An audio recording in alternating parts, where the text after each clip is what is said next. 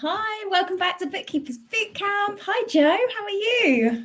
I'm good, Zoe. I am good. I can't believe we're at the last day already. It always flies by so quick, doesn't it? I know it's back to back, and then we're Yeah. like so tired, and then we're like, oh, it's the end.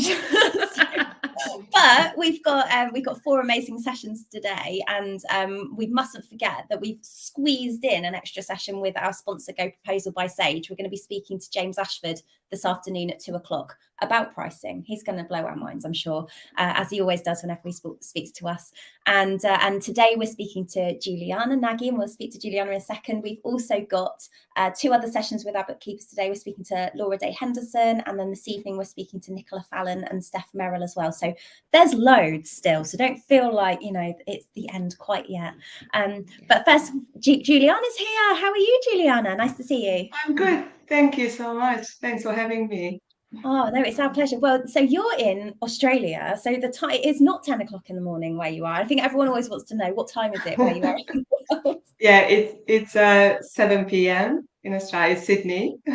So there are Oh, lots of different time zones in this country, but I'm in Sydney, 9 hours oh. ahead of you. So yeah, boot camp will not finish for me today. It will finish tomorrow. I love Of course. that's Oh so my blowing my goodness. mind.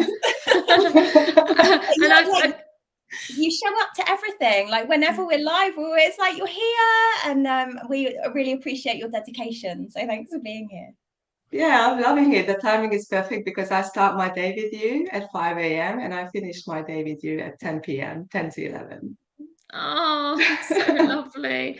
Juliana, I can't help but notice that you're sitting there in a jumper while we're sitting in here in summer. Now, we would assume that as you're in Australia, it's obviously hot there because that's what everyone thinks, but no? No, absolutely not. It's so, I've been freezing all day. It's really oh, cold here now. We've had the coldest winter, so it's not like what I thought it would be no. before I moved here. So tell us, No. when did you move to Australia and where from and why did you move? Yeah, so I moved to Australia nearly 10 years ago. And from Hungary. I'm from Hungary. I lived in the UK for 3 years in my 20s. And it's very funny because I made quite a few friends who were from Australia. They were traveling and just stopped in the UK for a couple of years to save some money and then travel on in the world. And I never thought that I would move to Australia. I always watched Home and Away because I loved watching, the beautiful weather. And I was just thinking, oh, it must be awesome. They're so hot and, sunny all year round.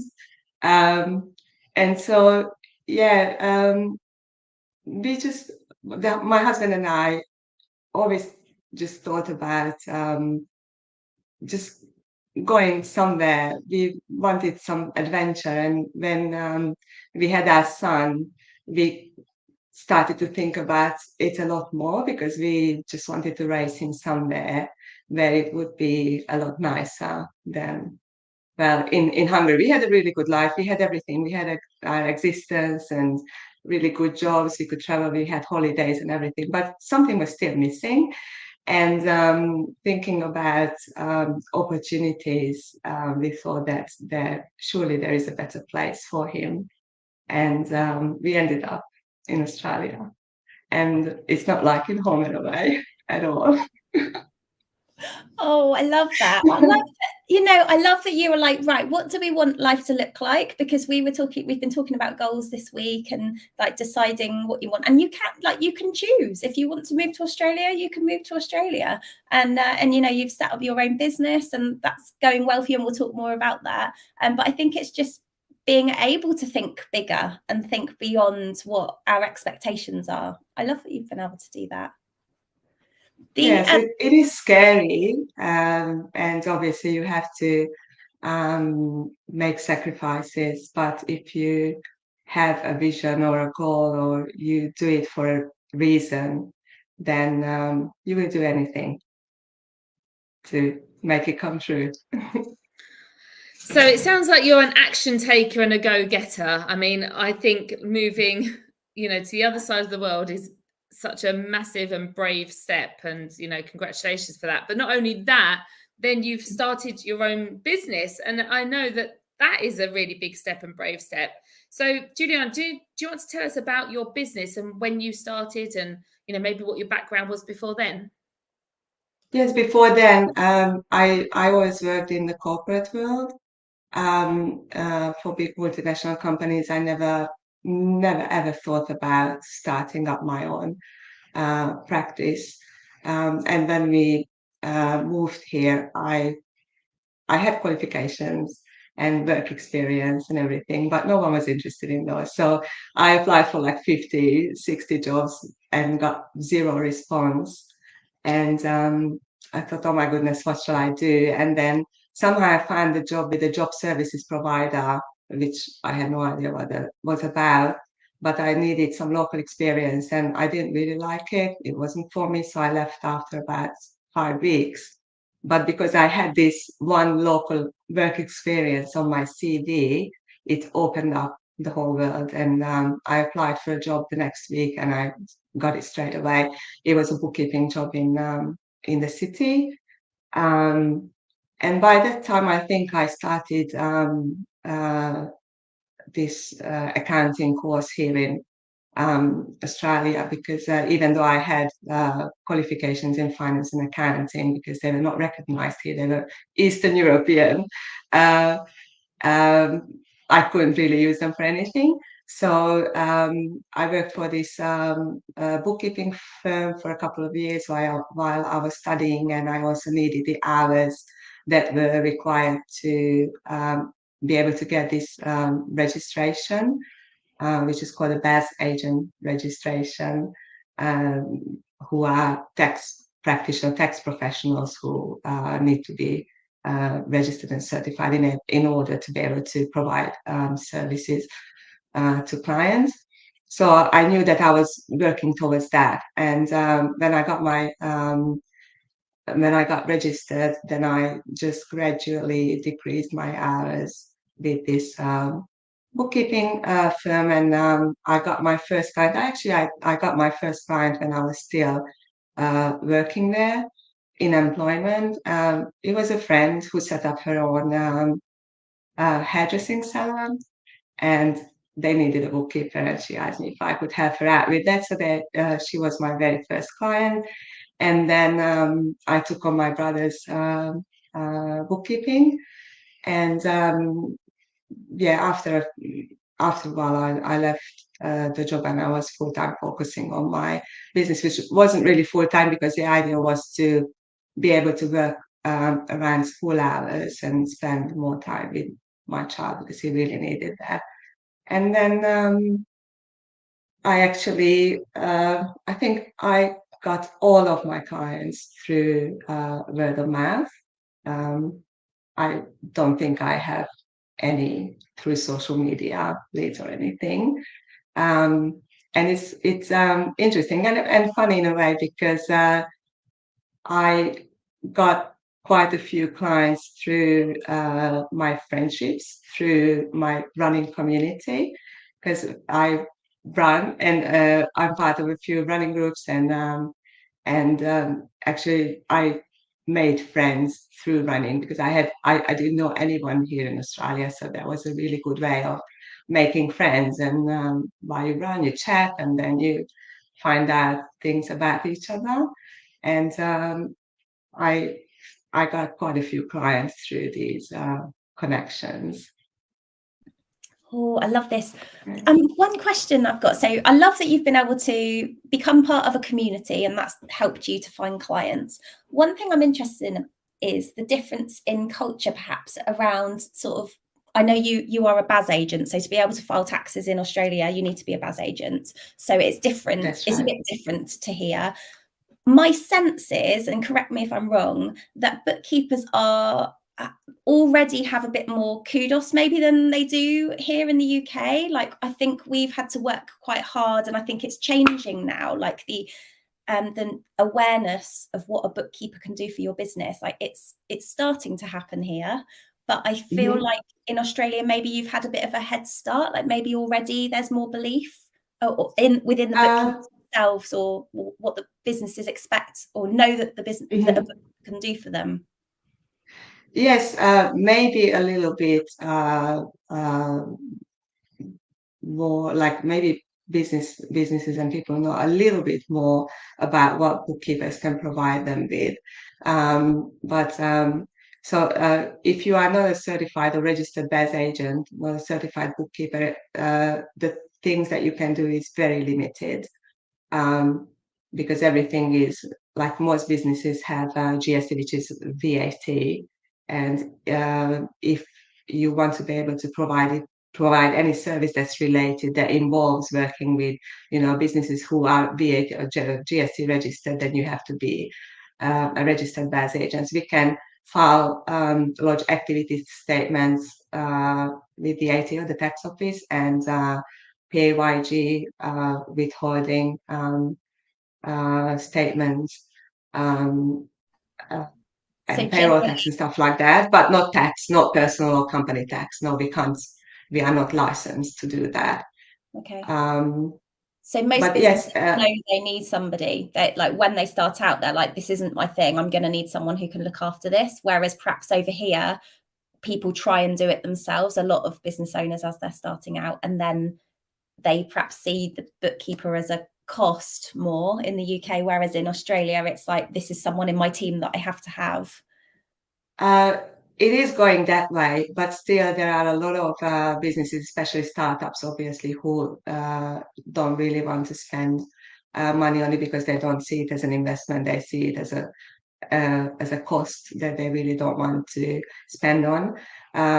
But there are a lot of really great business courses here, and all of these business courses have modules on finance, but they all emphasize how important it is to have a bookkeeper from the very beginning. So they are really helping us. Yeah, yes, that's great. Thank you for explaining that, because I have heard about BAS agents and I've heard about GST, but I didn't know, because BAS agent, and I've heard also like tax agent, wasn't sure if you could do personal and company tax as well. So it's really interesting. So is it but you can do payroll and VAT, basically, like the equivalent of us being able to do payroll and VAT is what a BAS agent can do. Okay. Yeah, BAS agent. Really, yeah, you have to have payroll qualifications. There are modules in the BAS agent course, like payroll modules. But if you want to be a payroll professional, then we have now these payroll management qualifications. It's recommended for BAS agents to have those as well. Excellent. I'm wondering if it's, as well, it's because, a bookkeeper and a BAS agent are the same thing, but you've got this kind of certificate to say BAS agent. And I think because you're called an agent, it's kind of a cool name to have, isn't it? And I think maybe that's helped a little bit. There's the bookkeeper, and the bookkeeper's become the BAS agent. It definitely seems like a stepping stone between the bookkeeper and the accountant. And I think maybe there's this next level that we've got just bookkeeper and accountant, and not this. I think that does help. It's everyone knows that they have to be qualified at that, and I like that idea. So Julianna, what's the name of your business, and how long have you been running it for? Yeah, so the name of my business is Horizon Accounts. It's quite simple, but I had a business that had the name Horizon in it, and I just wanted to keep it. I don't know why. I just wanted to keep it. And in 2020, I asked a creative agency to help me sort my branding out, and then that's when I changed the name. We came up with this name. And I started in 2014, I think. So we came here in 2013, and I think I registered my business in 2014, because that's when I started to do bookkeeping for my friend. Tell me about the rebranding. Has that made a difference to you in terms of finding clients and how people perceive your business? It did make a huge difference. It's maybe not in finding clients, but I became more confident in being visible. I started to post on social media, and I was actually really proud of it, putting all these brochures together and showing it to my friends, because it looked good. It looked really good. I think Yeah, it's and it's sorry. I think it's something we get really stuck on. So I remember this when I started my business, and I was like, what color should it be? What font should I use? And then you try and put something together yourself, and until you like have really thought about it or got support from somebody, and you can be like, yes, I'm really clear on who I am and what I'm here for, and I'm like what you just said about feeling proud to get yourself out there. It means you feel that you can move forward. And I know Jo's just been through this process of putting a website up and a few things like that, which have just, she's been like, okay, great, now I can talk about this. And it just is another step, isn't it, in taking your business more seriously, I suppose. yes, it is. I was just going to say that, and I didn't know this, so for people that are listening back, what does BAS stand for? And someone said business activity statements. So I thought it was interesting. I'm loving learning about this. We have so many people in our community from Australia, New Zealand, and I think it's really nice to discover and learn what happens at the other side of the world, and understand why there is definitely this perception in the UK that the bookkeepers, or the bookies, as I've heard them being called in Australia, that's right. They're called bookies, and it's got this I don't know, there's a definite different feel about how they are treated in the industry compared to us, and it's just really interesting. So we want to learn this stuff from you, and it's great. So I also love about hearing about rebrands and stuff, and I think it definitely, and Zoe's right, definitely now. I haven't had a website for years, but now I have, and I've got this place where I can send people to. It does all these little things, kind of give you these better foundations to feel that you're a real true life business owner, and you're worthy of going out there and talking to people. It's really important. When you started in 2014, did you say 2014? What were your first goals for your business? My first goals was just to be able to work around school hours, be more flexible, because I really didn't want to put my child into after school care, to leave him there till like 6 p.m. And it was also really nice not having to work like fixed hours.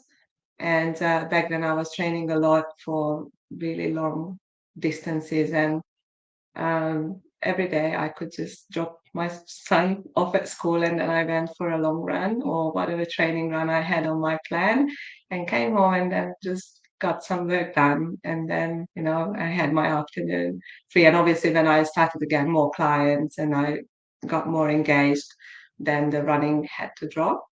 But that was also on the cards, so I was happy about that. Okay. I was devastated for you when you just said that. Have you got team members working with you, Julianna? No, that's my biggest issue at the moment, because now I'm really at capacity, and I don't only work in the mornings, I work a lot. And so my goal for the next 12 months or so is even less than 12 months. I really, really need to start outsourcing mainly. I don't think I will be not able to, but I just can't imagine myself having employees and taking on that responsibility. So I'm more inclined towards outsourcing the compliance work, probably. Most of the compliance work that I don't really enjoy doing. And also I need someone to get me sorted, like get me organized. And so probably the first one, I started to look into having a VA, and I was in negotiation with someone, but then it didn't work out. So I'm still looking for someone who could help me on that front. I've got contacts. I just need to really spend the time on it. I was going to say, I mean, and Ashley Leeds has just said in the comments as well, think about outsourcing some of the lower value work, Julianna, first. And I do agree. I think it's a good idea to start off with some of those things that are maybe, and a VA, a virtual assistant, would be a great person, because they could come into your business and because they're experts and specialists themselves, they will be able to tell you, we can help you not to do this, and you don't even realize that you don't need to do that because you've never had somebody like that before.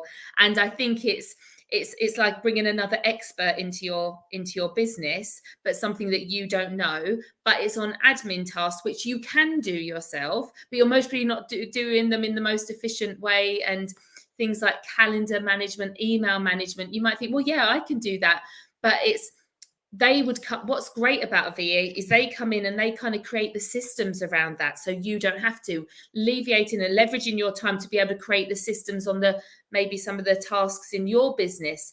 I definitely think it would be a great idea to do like the VA first, and then maybe some of the more manual tasks in your business that you can manage. I know what you said about the compliance, but I think there's kind of you can outsource the compliance, but then that leaves you doing the day-to-day, all of the heavy lifting work, which means you might not get as much time back because you mostly end up just taking on more clients.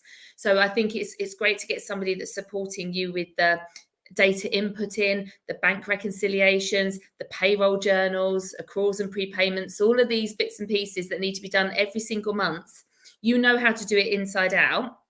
So you could start creating systems and processes for somebody, but you can still outsource that as well. I know that there's lots of people in our membership that, I'm thinking of Leander's business. She outsources to people that have just started, maybe just got some qualifications and want some experience. She outsources them on a part-time and gives them those kind of roles.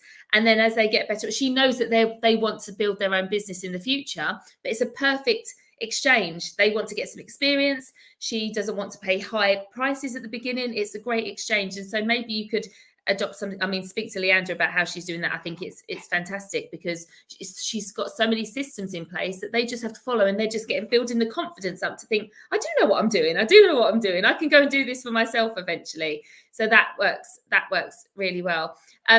So you achieved the goals you initially set out back in 2014. And then the business is getting bigger, and obviously you've got some plans to do some outsourcing, and because you've created maybe a bit of a job for yourself at the moment that you can't really escape from. But there's pros and cons. You are still your own boss, and you're working from home, and you get to choose lots of the things that you wouldn't get to do if you were employed. So what are if you were able to offload some of the work and things like that, what are your next goals in the business? Is it you want to get to a certain amount of time off and freedom, or is there any more studying you want to do, or is there do you want an office one day? What are the kind of things you're thinking about for the future for your practice? Yeah, definitely more free time to be able to spend more time on what I like doing, like what my hobby is, and I would like to be able to go on a 5 weeks holiday without having to work. Because we try to go back home for like at least for 5 weeks every year. Obviously, we haven't been able to do that for a couple of years now. But in normal circumstances, we would go during December, January. And it would be nice to spend 5 weeks away without having to work. I don't think I would study further in my profession, but I'm actually studying something else, which is natural organic skincare formulation. And it's a 3-year course. So I would love to be able to spend more time on that. I love that Jo talks about self-care all the time, and she gives me a hard time because I don't find a lot of time for it. But whenever I talk to you, I know that you've got you're really good at wellness, and you really are aware of fitting things in. I loved what you said about making sure that you found time to do your training runs and things like these are dream things for a lot of people, to be able to find the time for that kind of stuff. It's really impressive that you're doing it, and I hope that you can get the time back to be able to do that and to have that big holiday in the winter. If you think ahead to like, well, it's winter for you now, but you know, our winter, if you were to come over to Europe in next Christmas time, what do you need to do in your business now to be able to get, do you think you could get yourself to a position that you could have that time out in December? And what have you got to do to be able to do that? Yes, yes. So definitely that's become a goal now. And I know it's only 6 months away, and we've already booked our tickets, so I know exactly when we are going. But I will follow Joe's advice, and the very first person I'm going to engage is going to be a virtual assistant, because I really need to get things sorted.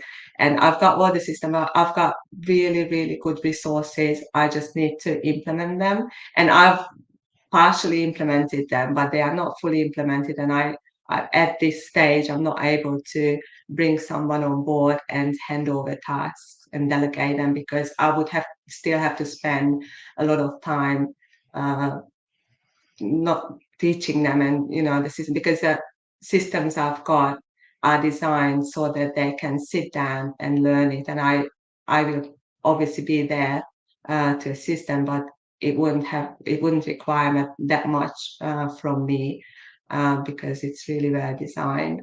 It's just they need to be implemented so that they can just follow it step by step, and once that's set up properly, then it will not be hard to get someone on board and do the induction kind of thing. Yeah. Yeah, I know from past experience, when I've been really, really busy and I just want someone to take some stuff off my plate. This is why I was talking about those lower end tasks, because if you think about it, if you can teach somebody brand new and you mold them and help them out with a very lower end. The thing is, I used to try and outsource to people that had expertise and think they can just take it over. The problem is, and a VA is different, because that's not your expertise, that's their expertise, and that's fine. But I used to try and find people that knew more than me in like things like management accounts and forecasting, and then I just say, well, I don't know what I'm doing, so you just do it. And that caused me issues in the past. Whereas now I understand the goal I want for the client. I can explain to them, this is what I want, this is the deadline, this is the process, this is the bookkeeping, you're going to get this, blah, blah, blah. That's fine. You can outsource it when your systems are really good. But when you just, I think someone called it abdication of management, just take it because I'm so busy, just do it for me. That's when there's issues coming, because they start their own systems, they've got their own culture, and it can muddy the waters. So that's why I've learned, if you start, even though it feels hard to take someone on at the beginning, if you start right at the beginning, really simple tasks, I didn't realize how much time that would bring back. You think you want someone that knows it all, but actually the basics really does help. Also, Juliana, I hope you have a cleaner, because that's the other thing I always say that you need to outsource first, because you do not need to be doing all the cleaning when you've got all these runs to go on, and an ironing lady or whatever it is, you need to outsource that stuff as well. And I'd love to talk about your pricing journey. Like, when you started in 2014, did you know how you were going to price? Have you been on a journey with it? Have you changed things? I mean, we were saying yesterday that actually we feel like it's a never-ending journey. You're never going to get to the end and be like, I'm done. I never have to change my prices again. I'm perfect. But what kind of journey have you been on from the beginning? Yes, obviously I started off on hourly billing. But the practice I used to work for as an employee, it was run by a very ambitious lady, and she was great on this front. And back in 2014, she already started, but she already had most of her clients on fixed prices, and she implemented kind of value pricing as well. So she wasn't really charging hourly rates, and this is what I learned from her. But when I started on hourly rates, and then eventually I just started to quote fixed fees to my new clients, and I changed over to fixed fees with my existing clients as well. I think I have like 2 small clients who I still do hourly, because they don't require that much of the regular work from me. But all the other clients are on fixed fees, and I've been just renewing my fees because it's year end here in Australia. So our financial year ended yesterday, and this is when I renew my proposals. And yeah, I should do it more often. I actually haven't renewed for the past 2 years because of COVID, which I should have done. But anyway, I just prepare the renewals and send them out in the past couple of weeks. I actually sent to this morning when I woke up at 5 a.m. I thought, okay, this is the first thing I have to sort out because it's past 30 June and I really have to get this out. Anyway, so I'm still waiting on responses on a few. But I have learned so much over the past few months about pricing and value pricing. And back there, I have my Bibles, so James Ashford's books. How did you And feel? How have you felt sending those proposals out then? So you haven't renewed your fees for 2 years, and now you've just sent all of your renewals out. That's right. Yeah. Well, I still feel a bit nervous about it, but now I'm more confident on this front. And because I learned so much, and I read his books more than once, both of them, and I listened to them on Audible, and I quote James Ashford a lot because it's just so brilliant, and there's just so much in those books. Seriously, I could read them all over and over again. So I've become more confident about pricing and presenting my proposals or sending them through. And what if they don't accept it? Then we will still have a conversation about what they think is too high or overcharged or whatever. I don't think I am overcharging anyway. But I still log my hours. So I know exactly how much time I spend on client work because I just want to have the statistics when I work out my fees that, okay, I'm spending this much time. I have to make sure that if I was on an hourly rate, that fee would be lower than what I'm going to charge now, because then what's the point of value pricing? So I know I've got to a point then, if they say no, then what happens? Yeah, Then absolutely. It's a conversation starter, and it's something to talk about. And like what I love that you've obviously really, I mean, you've taken on. You sound like you've got James's outlook. You're so chill and calm about it. You can tell you've read his books a couple of times because you're like, well, what will happen? We will have a conversation, and it will go one way or the other. And if I love thinking about if you doubled all your fees and lost half your clients, you'd have half the work but the same amount of money. And that's the reality. And you will be able to have those conversations with those clients and see really if it's a case of, well, they're not really utilizing that service, so you can take that service off. Again, that means you not having to do work then that they're not valuing. And they're getting the services that they require. I'm thinking that you're not going to be able to see James live at boot camp. You're going to be asleep, are you? Or are you going to be awake? I'm staying awake. Awake. Oh, bless you. Oh, well, we will obviously mention to James that we spoke to you earlier today, and you have his books in the background, like pride of place on your bookshelf. And that's amazing. That's amazing. So, I mean, so I love the fact that you are today in the point where I've repriced my clients today. And that's an energy that I really want to pick up on and share with everybody how you're feeling. If somebody today is thinking, wow, I haven't repriced anybody, because I know we talk a lot about going and getting new clients, but as James often says, if you've already got a client base, you've got more money sitting there. And I think it was Karen Kennedy that said yesterday that she repriced 6 clients and for no extra work got another £600 a month into her business. I know, I mean, I'm so rubbish at remembering the statistics, but I did the same exercise. I have actually got my spreadsheet somewhere, and I think I did about 10 and brought in an extra £1,000 a month when I did that. So it was, compared to Karen, it looks like, you know, it's like £100 extra a client, and it did feel like that. But they were all fine. There was no argument. And like Karen said, she did that, and no one moaned, and they really didn't. But we have all this fear. So if somebody today is sitting there, maybe they have 10 clients or 20 clients, and they haven't repriced for a while, what would you suggest to, like, what kind of mindset shift have you had to go through to kind of say, right, now is the time? Was it the point that it's year end and it kind of feels like it's giving you permission, or would you have done that at another? Is it just that you've read his books and you're ready now?